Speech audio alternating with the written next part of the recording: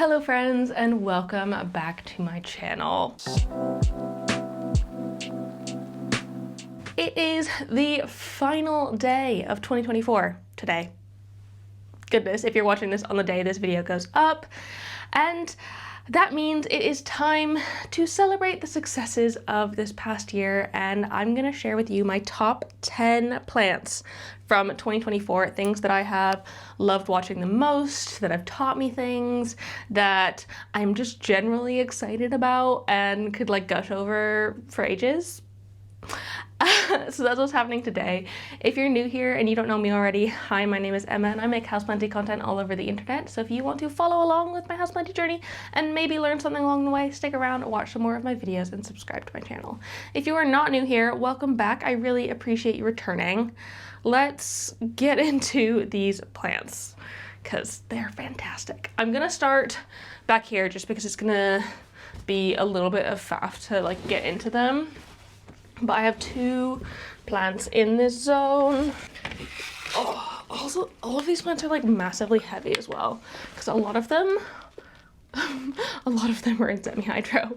So I'm gonna do my best to show you them as best as I can. Also, I should say these are in no particular order. They're not like no one is better than the other. I'm just like very excited about all of them. So the first one I want to talk about is my Monstera Thai Constellation here. This plant, at the beginning of the year, I think it had 4, maybe 5 leaves, and I've had it for years. I'm pretty sure I've had it since like 2020, and it had basically given me 1 leaf every year for the past few years up until this year. And I don't know if it's just because it's finally gotten to the point where it's definitely not a mature plant, but it's gotten big enough that it is like able to grow quickly, or what? I mean, I have also popped it onto a moss pole this year. I have made sure I've been fertilizing it hardcore this year, but it has popped out leaf after leaf after leaf, and I am so incredibly impressed by it. This is the newest leaf right here. It is still currently emerging, and I definitely think it is the best leaf so far. I cannot wait to see what it like hardens off into. I think it's gonna get a little bit bigger yet, because this is the previous leaf and it is still slightly smaller than that one. But it has just been growing phenomenally for me this year. And also, oh my god, I haven't even looked at that in a while. Do you see the roots in there on the pole? It is absolutely loving being on this moss pole. Just having something to support it, I think, has been really, really good for it, and it has really benefited from that. I've also been trying to make sure that I'm keeping the moss pole fairly moist most of the time and really giving it the best chance of success I could this year. It's been an absolute journey with this plant, all told. I mean, I think, oh, it must have been in 2021 when I was saving it from root rot, because the cutting that I got, all of its roots rotted off. So I was like bringing this back from the brink of death. And now it is out here doing the absolute most. I haven't really lost any leaves this year on it. It hasn't like thrown away any of the old leaves on it. It's just been giving me leaf after leaf, which is so different to how it was growing in the past. And it has just been really exciting for me to watch grow, and like every new leaf comes out is just such an excitement. So I'm really proud of this one. I'm really proud of myself for getting to the point where this one's starting to actually grow well. And then who knows what, oh my god, I cannot wait to see what these are gonna look like in a year's time. Give it another year. If it keeps popping out leaves this consistently, it is going to be freaking massive by this time next year. So that is the first one.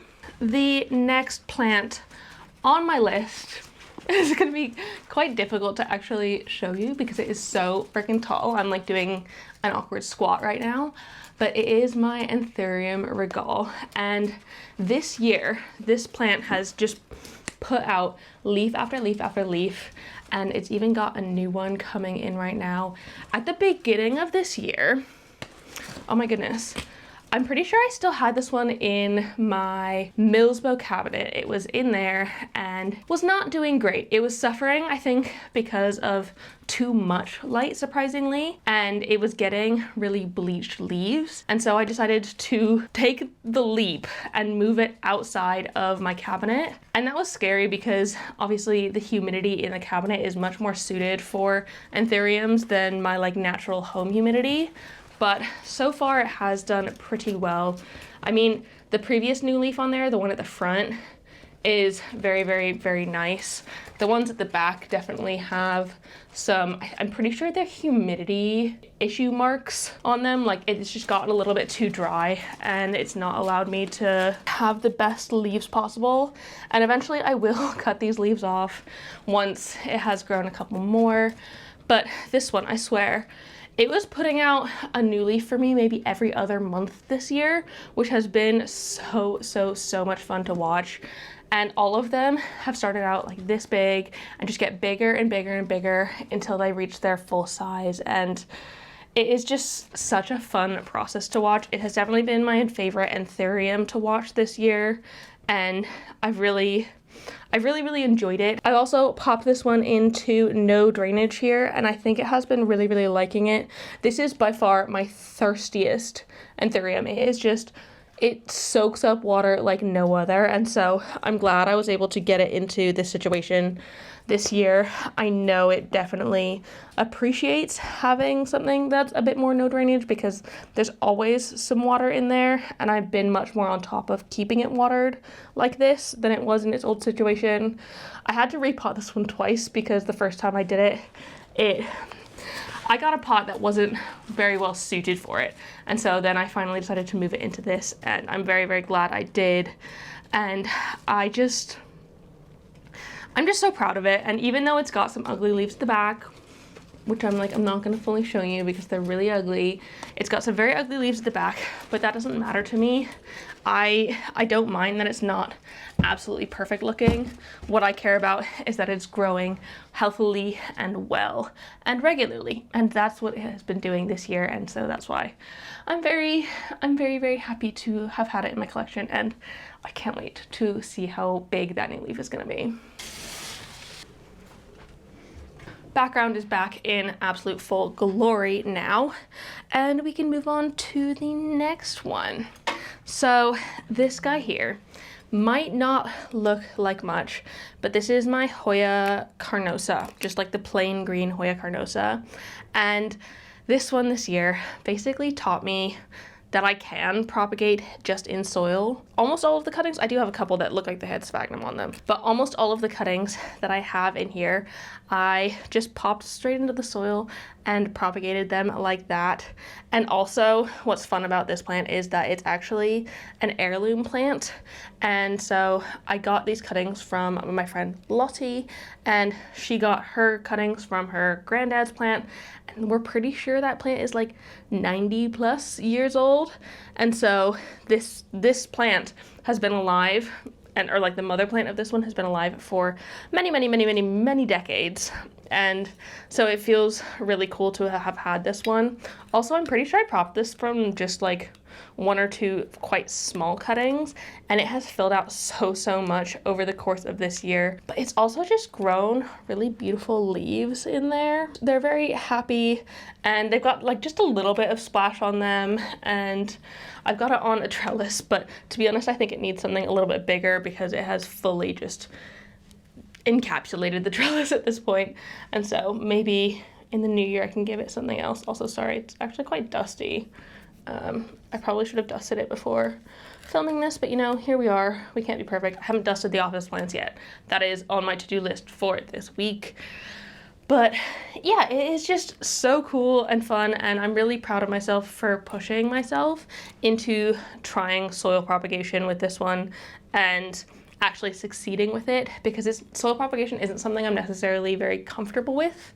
It's not my preferred method. I much prefer being able to see the roots in something, so having something like water or sphagnum moss propagation has been better for me historically. But this year being able to do some soil props has been like It's been an exciting new journey and something I've been enjoying trying this year. And I've actually got some Cebu Blue down here that I'm trying to soil prop as well. I know that's very different from a Hoya, which is more, well, I guess it's semi-epiphyte, I think. It's more epiphytic than a Cebu Blue, and so it'll probably prop easier in soil.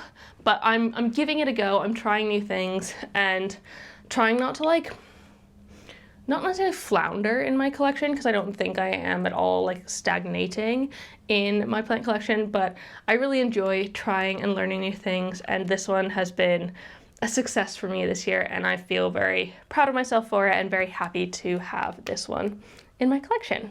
We're going to get into an Alocasia now. I have actually several Alocasias on this list.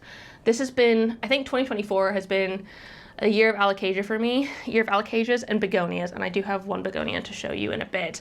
But this one here, this is my Alocasia portadora, and excuse the sunburn bit on the leaf. It was touching the grow light, and so that was a me problem. But I got this plant as a baby, tiny little minuscule cutting, and now it is this big. It has like I don't even know, what's like 25 time size growth.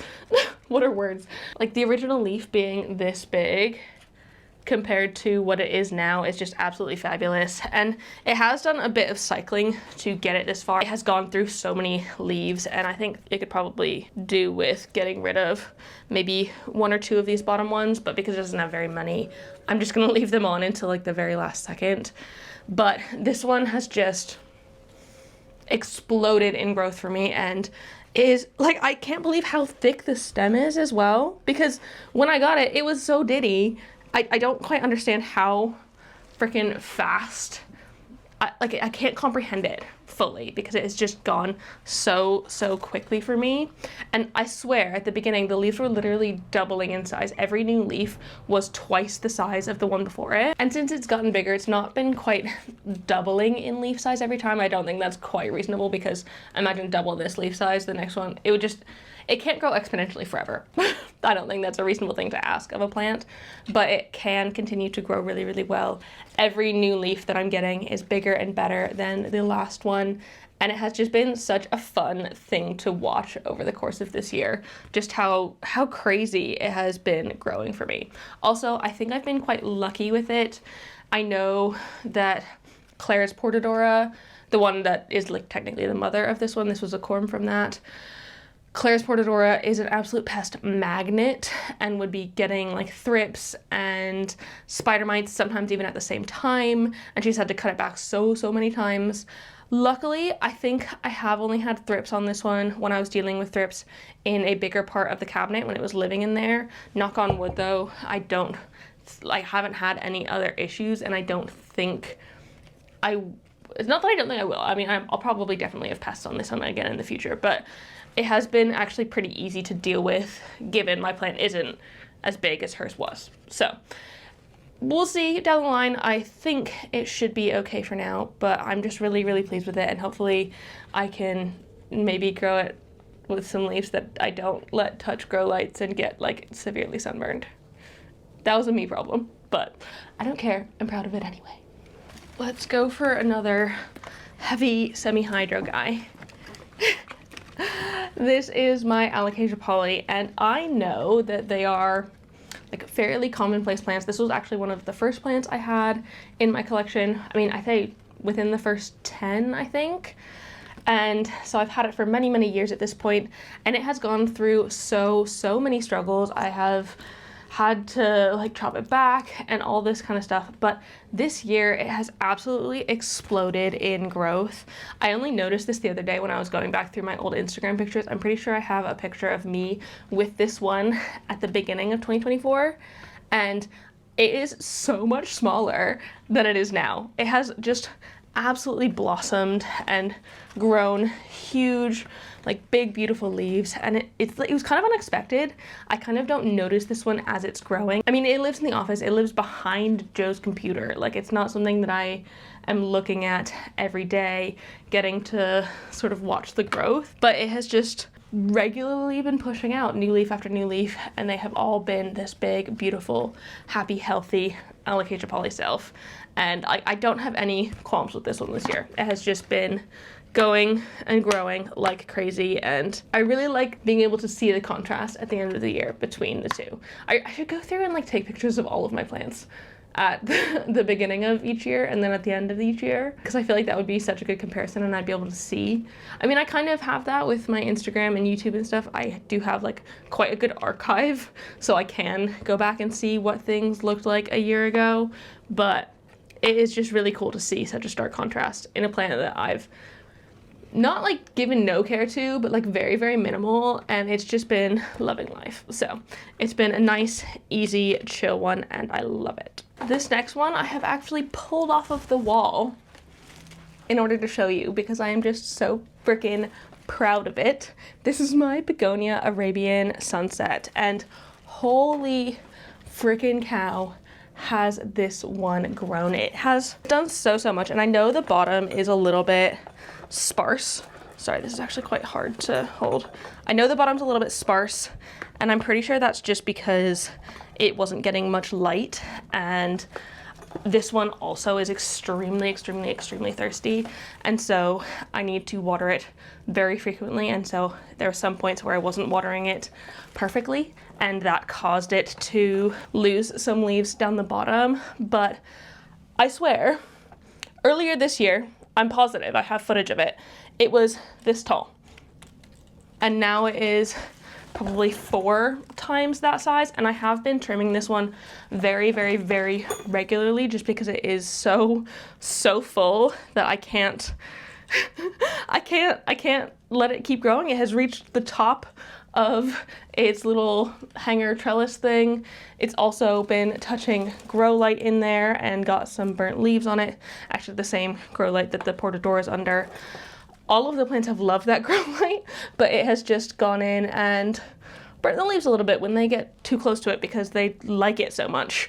It has just been a really fun one to watch grow so far this year, and I'm really proud of it. Again, like I said, this has been my year of begonias. They have done so well for me, and I never thought that this was going to be one of my favorites, but it absolutely is. Like when I first got this one, I think it was last year in a swap. Someone gave it to me. I didn't ask for it necessarily, but like they gave it to me in a mystery swap, and I was like, it's cool. It's like, it's fine. I don't really care for begonias. It's fine. But holy cow, this year I have just grown to absolutely love it, and it has become one of my absolute favorites. I just love how cool and goth these leaves are. They're like black on the front and blood red on the back. What's not to love about that? I'm really pulling my weight in this video. All of these plants are so freaking heavy. Okay, another big boy is my Philodendron glorious, and this one has been such a joy for me to watch grow this year. You can see how freaking big these leaves have gotten. They've gotten huge, and I have chopped and propped this one I think 2 or 3 times this year and brought the cuttings back down into the bottom to really fill it out. It has massively filled out down there. It's literally impossible for me to show you in this frame. It was impossible at the end of last year as well, because this was on my favorites list in 2023. But 2024 has been an even better year for it, and I'm just so proud of it and pleased that it has been able to grow so well for me. But I think in the new year, I want to potentially extend the moss pole upwards, because right now it is just to my chest area.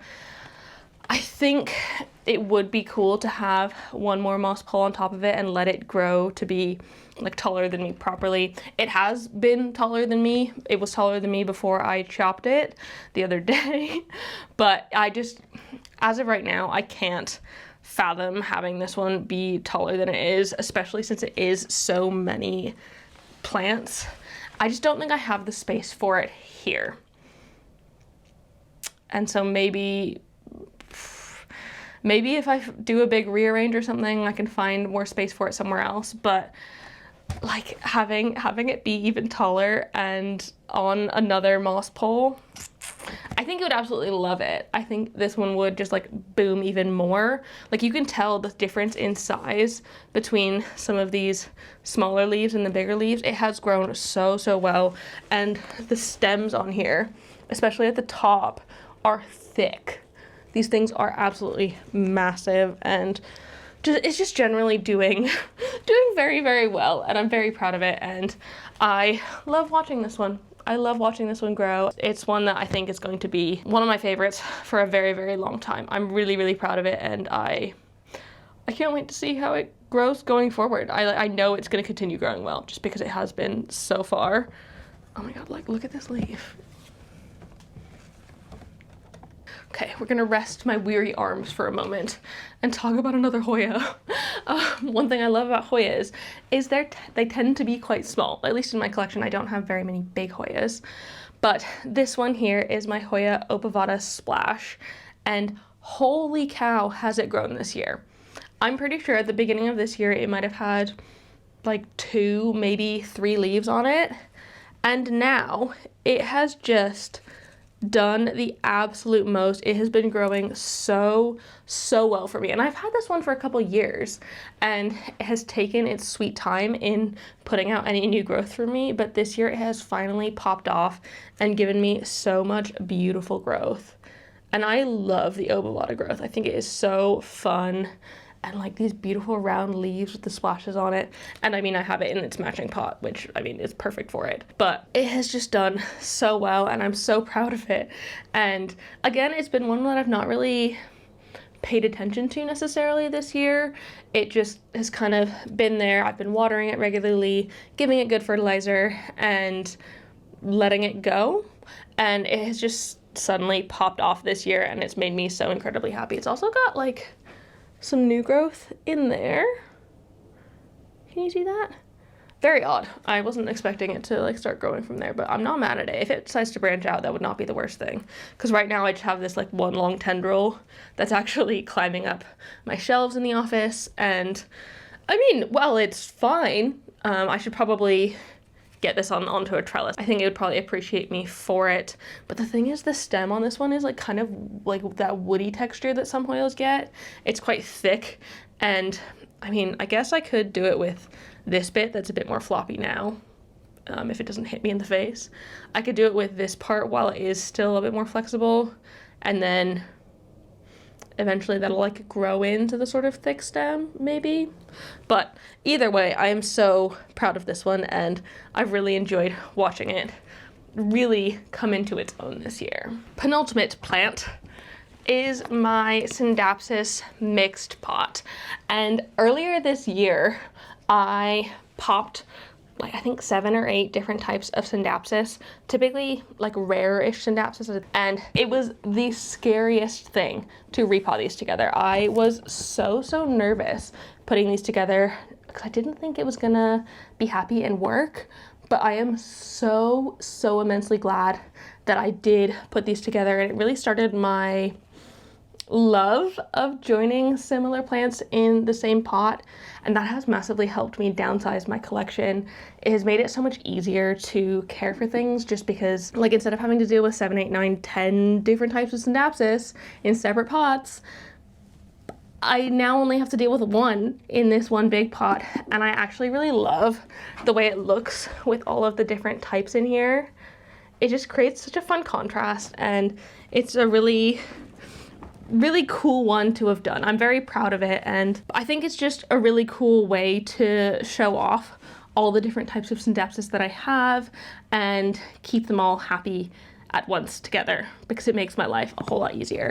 And it does trail down quite nicely as well. It just sits above my bed, and I get to enjoy all of these different types of Scindapsus, including my first ever one here, the Argyraeus, which I popped in after I did this original box. I didn't want to put it in right away because I was afraid that putting the mixed pot together wasn't gonna work out, but it did in the end, and I'm very I'm very happy about it. So I joined this arboretum, and now it's just one big beautiful planter. And I do have other Scindapsus around throughout my home, and I still really love them, but this like joint planter is just, it makes me so happy. And I'm very proud of myself for getting over that fear of joining similar plants together, because I've done it so much now. And then last we have one final Alocasia, and it is the Alocasia heterophylla dragon's breath that I actually got this year, this summer, I think May time I got this plant, and I thought it was massive when I got it. It had quite decent sized leaves. I think they were maybe like that size. They were about that tall, but since having this one, it has grown amazingly and just put out new leaf after new leaf and really sized up quite a bit in this time. And oh my gosh, even like this one, I think this is one of the newest leaves in it. Look at these, like, it's almost got horns here. Like, I see why it's called a dragon's breath, because it does look very dragony, but these horns on it are so cool. And it has just been surprisingly one of the easiest Alocasias I've had in my collection. It has grown steadily this whole time. I've had it in my cabinet, and so it has been in fairly good conditions, but it has just been putting out leaf after leaf and making a really happy big plant, which I love. It's just such a fun one. And also I'm really excited. At some point I will harvest all of the corms that are in here. I swear there's at least like 8, 10 maybe corms, and I'm gonna harvest them at some point and grow so many baby heterophylla dragon's breath. It's gonna be really fun. I don't need that many. I'll probably put some back into the mother plant and bring some to like a plant swap or something, because I don't need a billion. I mean, I would love a billion because they're so cool and pretty and fun. And I'd actually be interested to see how well they grow from corm and like how fast they size up, because I feel like this one sized up fairly quickly from the sort of, I guess, medium-sized plant it was. I'd be interested to see how well they size up from babies. Curious things for me to try and experiment on in the new year, but I feel like this is the perfect one to end on just because it's made me so happy this year. So that is it. Those were my top 10 houseplants of 2024. I absolutely love all these ones, and it was really difficult to pare this list down to 10, to be honest, just because I've had so many plants that have done so well for me this year, and it was hard to pick, but these ones have been ones that have consistently given me joy or just grown so incredibly that I wasn't expecting, and have really kept my love of houseplants alive. Not that I think it was ever dying, but like when you've been doing something, when you've been doing a hobby for 5 years, when you've been collecting houseplants for that long, like I feel like any hobby, it might get a bit dull at times, but these plants have really kept me in it, kept me wanting to continue growing and learning and trying new things, and it has just been an absolute pleasure, and I've loved it. I've loved every second of it. So yeah, those are them. I want to say a huge thank you as well to all of you who have watched my videos this year and have hung out with me on here, over on Patreon, over on Instagram, commented and messaged and all of that stuff. I really couldn't be here without you. I couldn't be growing all of these plants without you. And so I massively appreciate you, and I hope you have had an amazing year as well. I definitely would be interested in hearing your top 10 or top 5 or however many top plants you want to share with me. Put yours down below in the comments. Also, if you like this video, please give it a thumbs up down below and leave a comment on other houseplanty things you'd like me to talk about in the future, and subscribe for more. Thank you again so much for watching this video and being here and just being a part of my houseplanty life. I really appreciate it, and I will see you in the next one in the new year. Happy freaking new year. Don't forget to keep growing. Bye.